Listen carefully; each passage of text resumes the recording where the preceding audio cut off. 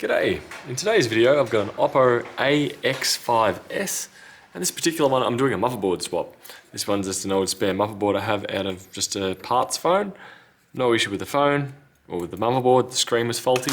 And this one is Oppo locked, so the board itself is no good, but everything else about it is pretty darn good condition. So I'm going to do a board swap, and this is how we're going to do it.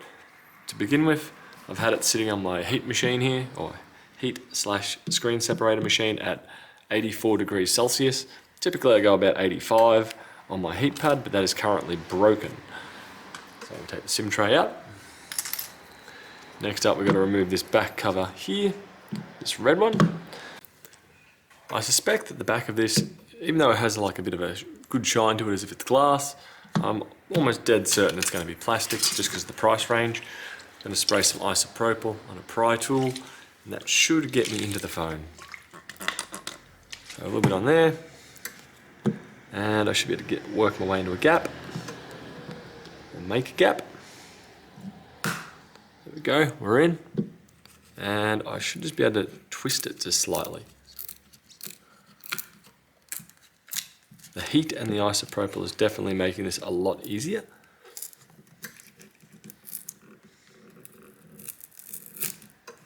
There we go.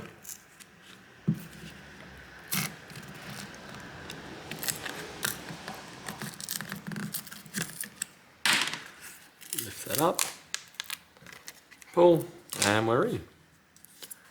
So from here, this particular model of phone just uses same sized Phillips head screws. So I'm using a 000 Phillips head screwdriver. This one here, which is quite small, quite precise, and has currently lost its magnetic touch. So we'll sort that out in a minute, but I'm just going to go through and undo the screws, and then we'll eventually be able to swap the replacement mainboard in. So usually with cheaper phones, when they get damaged, I usually just go, or cheaper, like rebranded phones. Typically I go with just using or buying the whole replacement phone off eBay, buy one that might be locked or whatever other reason. But if you can get the parts that way, rather than wait for AliExpress, you know the part's going to be genuine, it's going to be the original manufacturer's part, and it usually saves a bit of hassles.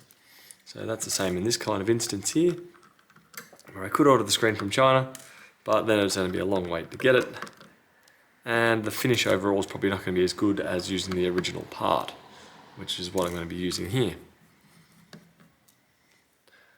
So there, and also the added bonus of converting this phone from black, or previously this phone was in a black assembly, and now it's going to be a red phone, which stands out a little bit more. Granted, I find with exotic colours of stuff, it's usually either the very cheap that do it, or the very expensive. So a red iPhone is expensive, a red Oppo is usually cheap. So with all that disconnected, I've got one more screw in here and one over here. Which, yeah, as you see with like performance cars, for example, a really tough performance car is usually a bright colour, and then a really cheap brand is also the same bright colour.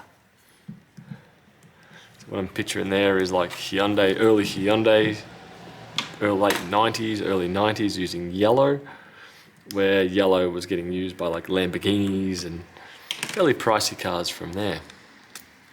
Hopefully from here I can just get a nail in here. I'll try it over this side here. Whoop, I've just accidentally hit the power button.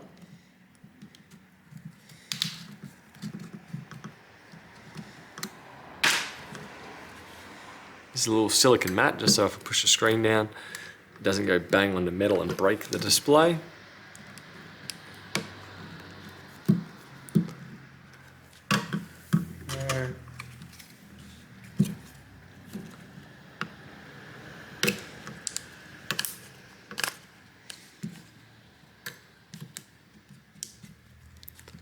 A bit stubborn on this side. And the phone is getting rather hot now. I don't think there's another hidden screw on here.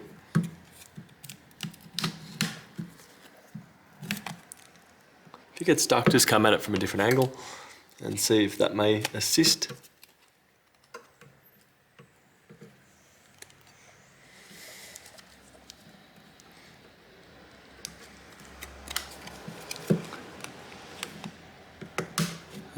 There we go. I'm in. So next up, for me to swap over the board is going to be a very simple process. I'll disconnect the battery over here and disconnect the other connectors. 1, 2, those 3. I have one Phillips head screw up the top here. There we go. Next up is the connector over here. Flick that there, lift it up. Probably don't use the same amount of force as that. That was a bit of experience to that one. And hopefully I can lift up from here. There we go. Put that one aside. And the replacement here. Off to the side. Put it in from the top first. Drop it down.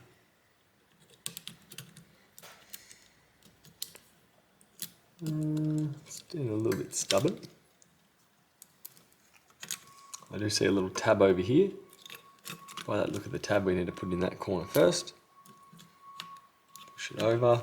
There we go. Push it down. Across there. Screw to here. Okay, that's installed. Reconnect the antenna cable.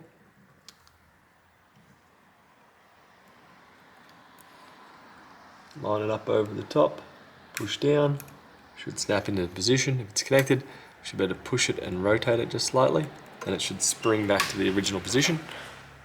Next up, one cable, just fold them over and push down. 1, 2, and 3. And now we're past the halfway point. Next up is put the assembly back on. That was some reason why it was a bit difficult to get off. It does have a bit of adhesive around it. Put that back on, clamp it.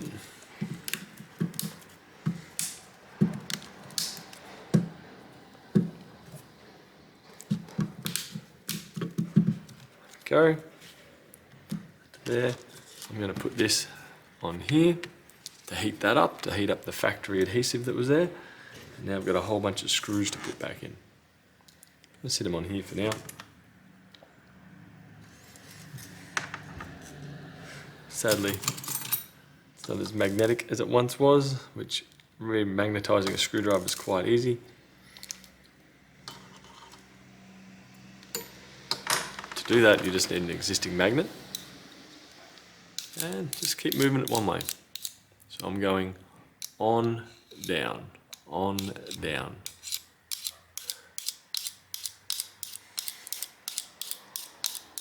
There we go. That should be a bit better. Look at that. Holding it just fine.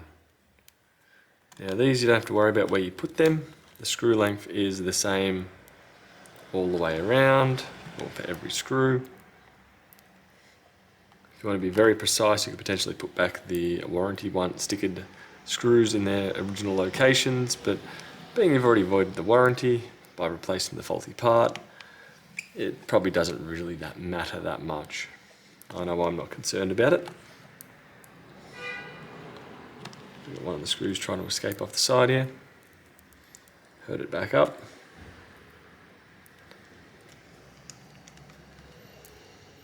I'm hoping that the heat of the heat pad will make the adhesive a bit tacky to stick it back on. But I'm probably going to have to use some B7000 frame adhesive, which usually is pretty good at sticking back covers back on. And from there, this will be a usable phone once more, rather than a locked phone and a broken phone. So sometimes combining phones is sometimes worth it, or mostly is, especially if one's no use at all, and one is just faulty due to one part or two. And the whole point of repair. There we go, with all those screws back in. I should be able to fold this over. These are a little bit tacky, as you can hear, but I'm going to use my friend B7000 medium velocity and just go around the adhesive.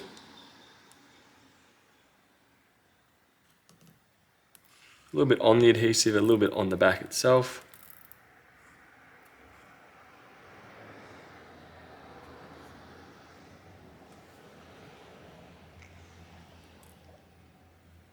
There we go, I'm happy with that. Next up, turn it around, push it on.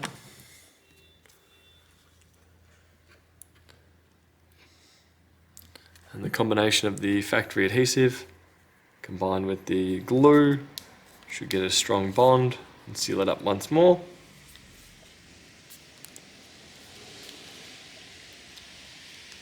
Go, and that pretty much does it.